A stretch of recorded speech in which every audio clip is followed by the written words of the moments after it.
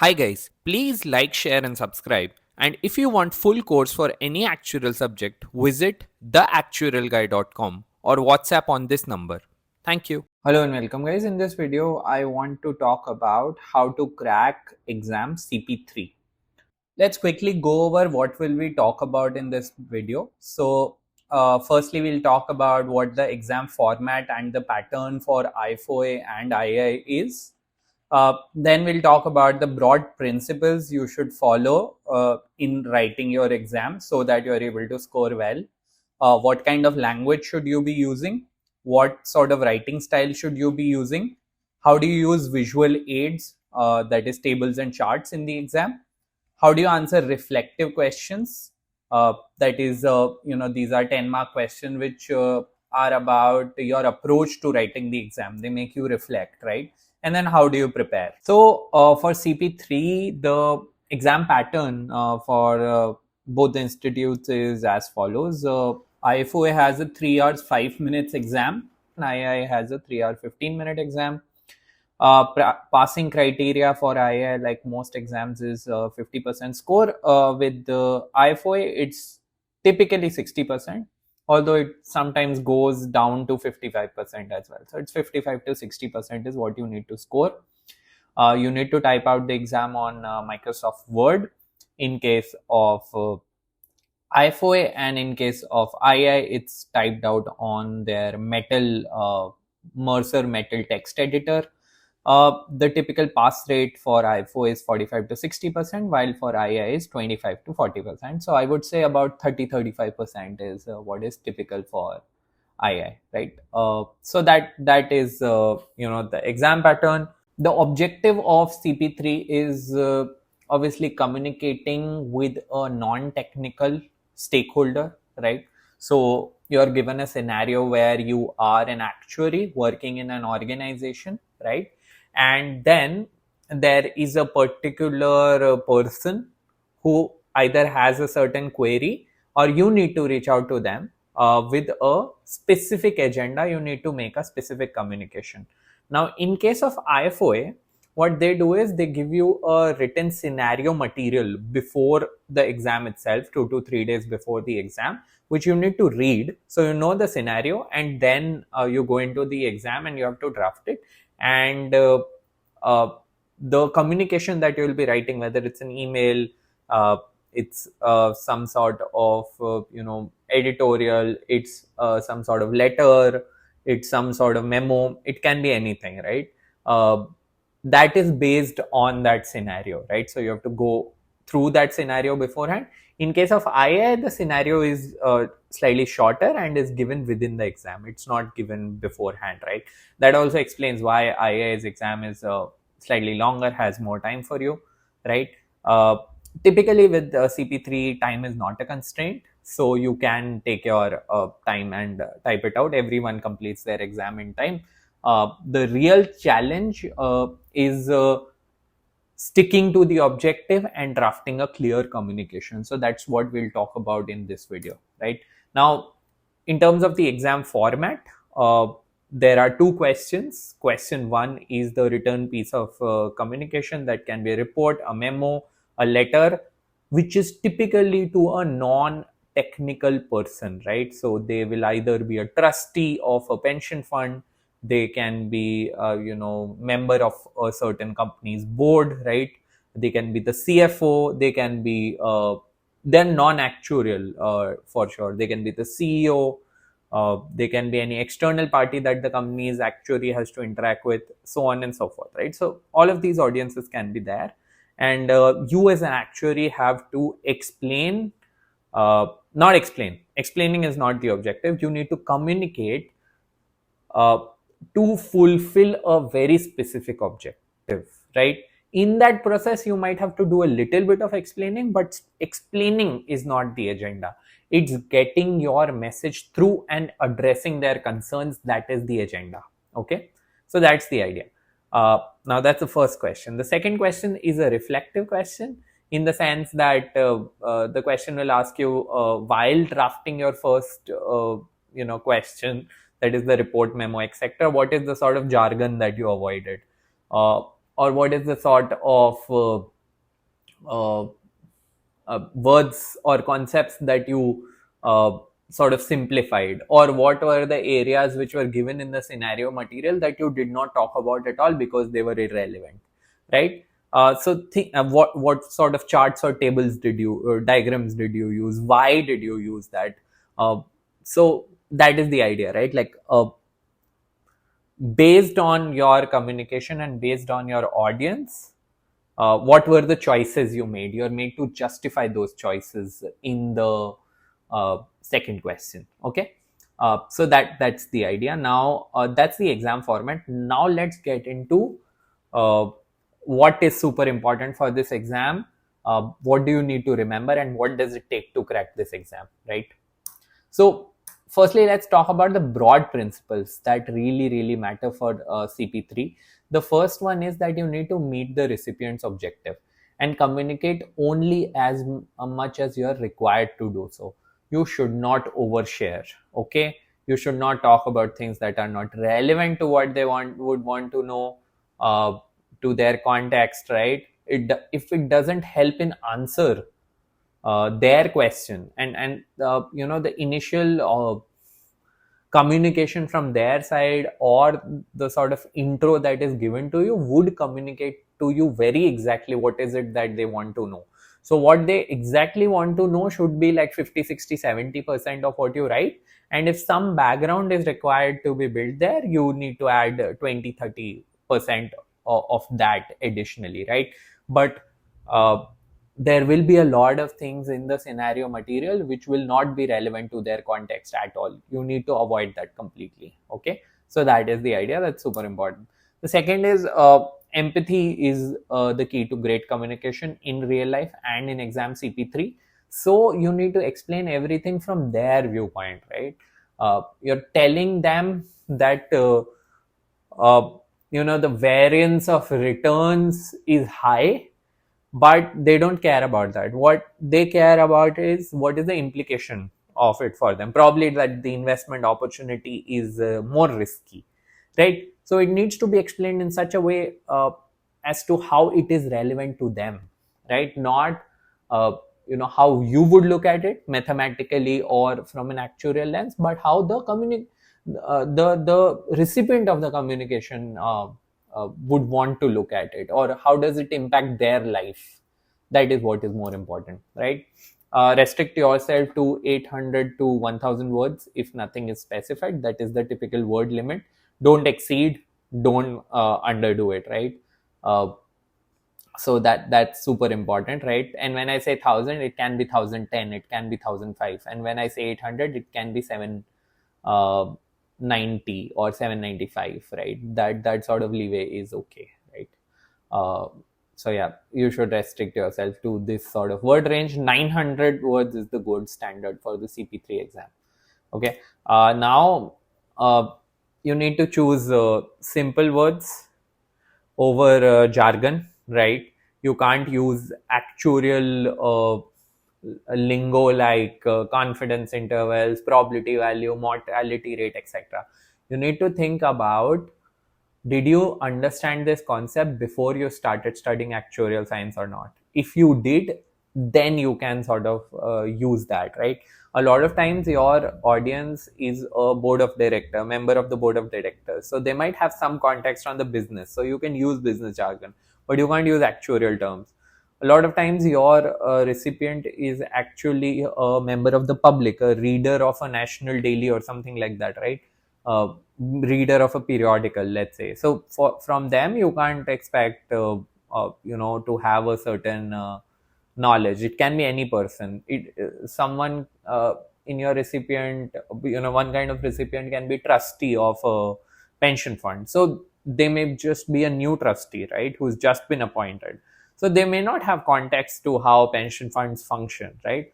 Now it's not your job to explain to them how pension funds function, but to fulfill their objective in terms of what they want to understand, and whatever information you need to provide in order to fulfill that objective, that's the right way to communicate, right? uh, now next is you need to know your audience.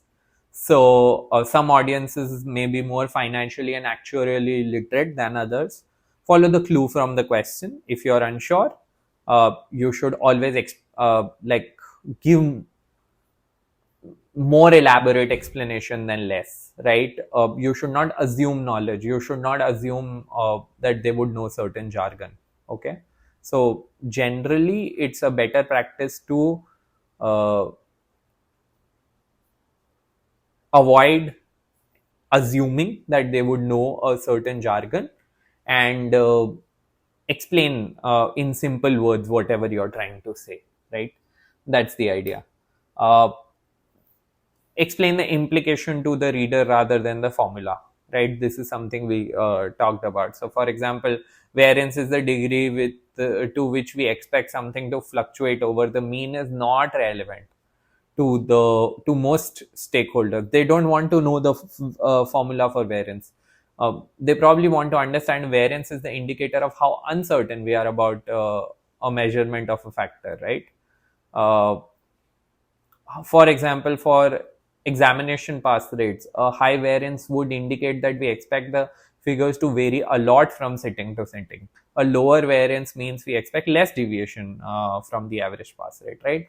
So you need to explain the implication, not the formula, right? That is what is important. Now, in terms of what should be the structure of your communication, you can either use a top down approach or a bottoms up approach. What is a top down approach? Top down approach is when you it's very effective for executive stakeholders, right? People who are in C-suite position, C-level executives who have very less time, so they want to know the final message. uh, and you need to give them that message and then explain. So you give the final message first, you sort of build up your you give a short conclusion or an executive summary sort of section first. Of course, don't title it executive summary, but there should be a paragraph summarizing your findings or your conclusion, and then later paragraph should explain whatever your conclusion is, right? So that is a top down kind of an approach, right? Or you can follow a bottom up kind of an approach, which builds logically towards the conclusion. So you sort of explain uh, what the situation is, uh, what are the various considerations, and then go to the conclusion, right? Give all of the background. This is especially useful when you're talking about or when the opinion that you're giving is slightly controversial, and it may be uncomfortable for them to digest. So if you bombard them directly with the conclusion, they may not even read it further, right? So here you need to build up to the conclusion. But in case where it's a C-suite employee, what you want to give them is an option. They can stop reading at any point. So if you've just given the conclusion in the beginning, they don't want to know more, they can just stop reading at that point. So both the forms of communication are fine. IFoA says like their examiners are okay with both. I've seen IAI use more of the building up to the conclusion. So you might want to do that in IAI. You can do either, but if you want to think about it from the user point of view, from the audience point of view, if it's a C-suite employee, try to do a top down. If it is some sort of uncomfortable information which they might disagree with, try to build up to the conclusion, right? And otherwise you can pick any one of them, right? So that's the idea. Now let's go to language. These were the broad principles of how you write the exam. Now, what is the kind of language you should be using, or what principles should you be following with your language? Firstly, use simple English, so you can avoid unnecessary words like please fulfill our invoice, please pay your bill. Would be much simpler. Facilitate, and avoid words like this. Use help.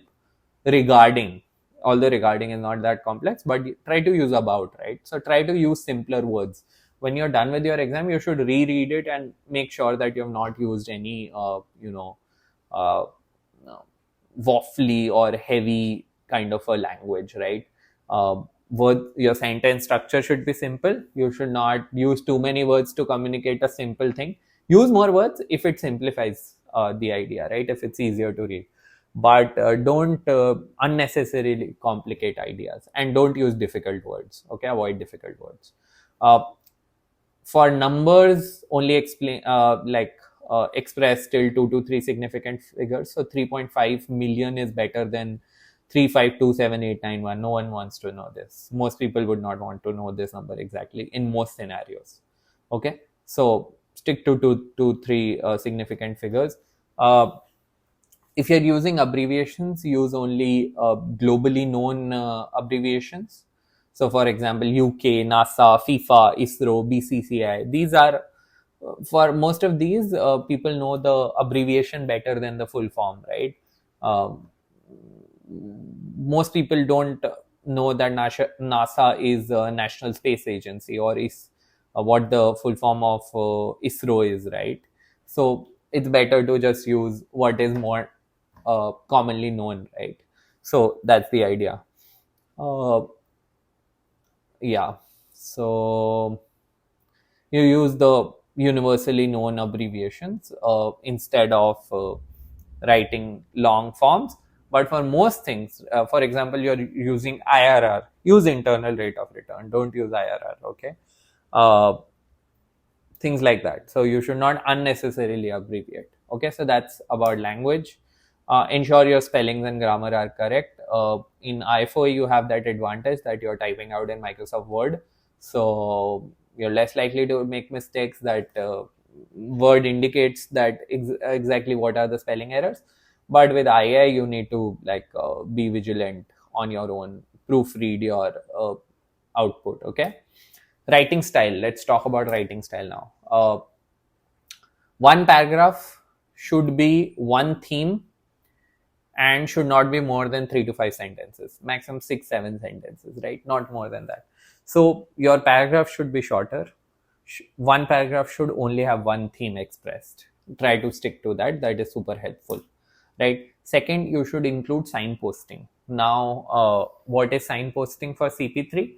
Signposting basically means that when you start a new paragraph, uh, you can actually or when you finish a paragraph, you can actually build up from the previous paragraph when you're starting a new paragraph, or you can uh, end your conclude your paragraph by building up to what is coming up ahead, right? So your final sentence in a paragraph can stress whatever was the main idea.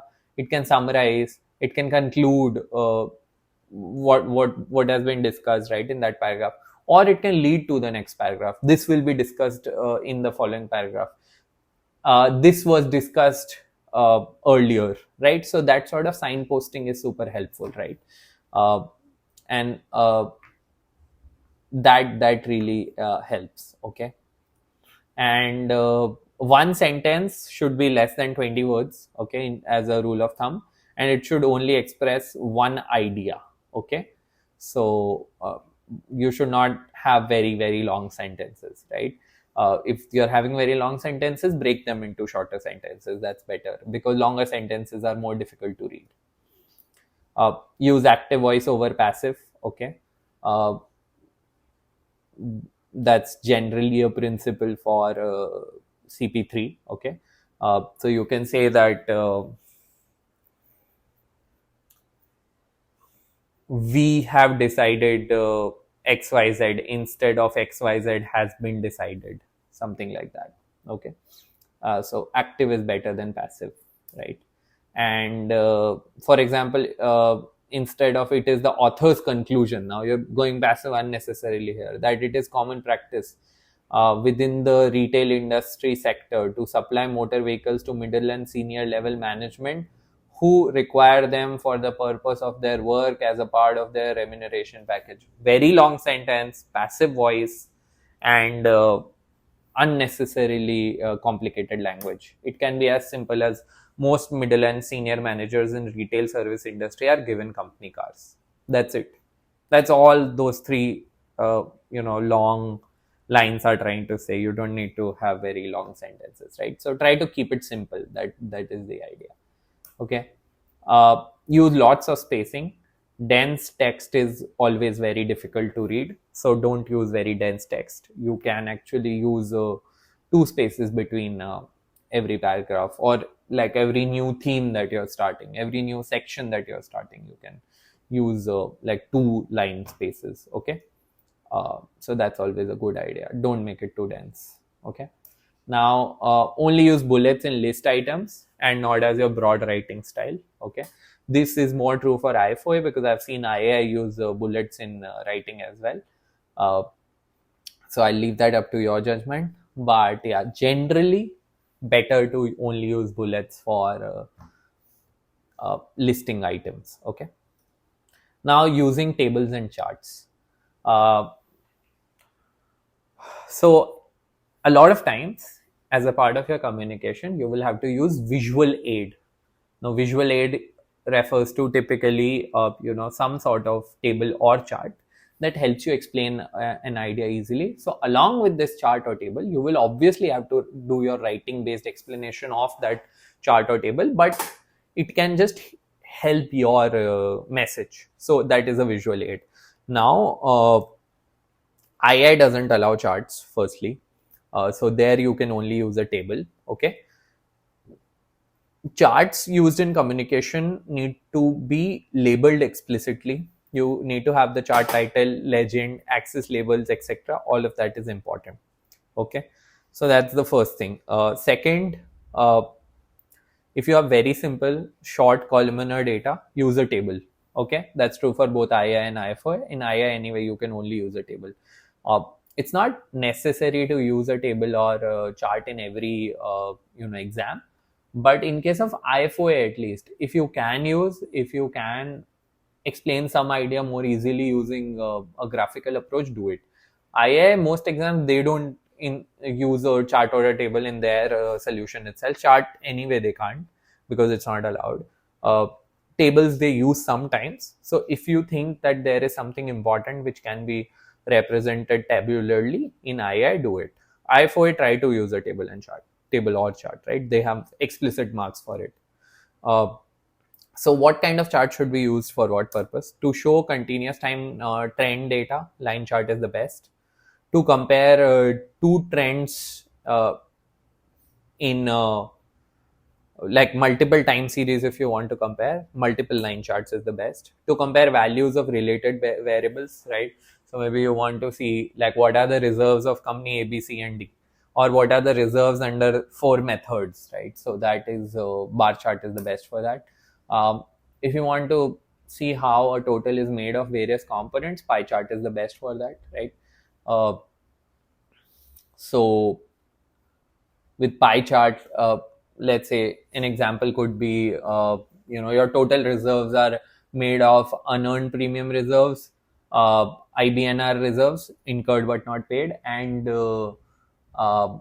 unreported claim reserve, right? So there are 3 parts to it. You can just explain using a pie chart. Okay.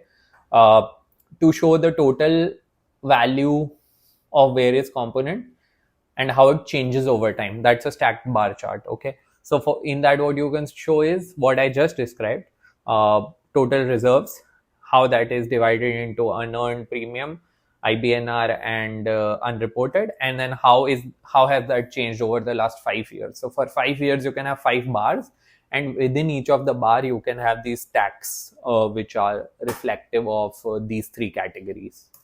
Okay.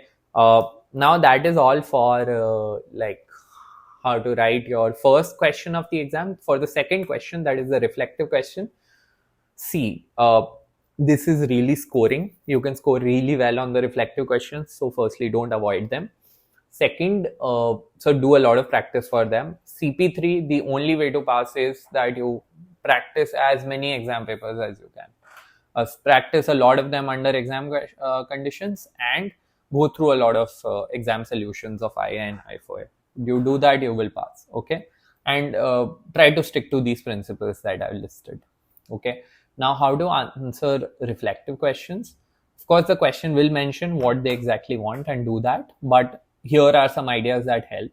So you can, a lot of times when they, ask you to justify your choice of language and terminology, you can talk about what were the characteristics of the recipient that made you choose a certain kind of language, right? If they were a CFO, you would use a different language. If they were a trustee, you would use a different language. So use their context and their background to justify your choice of words.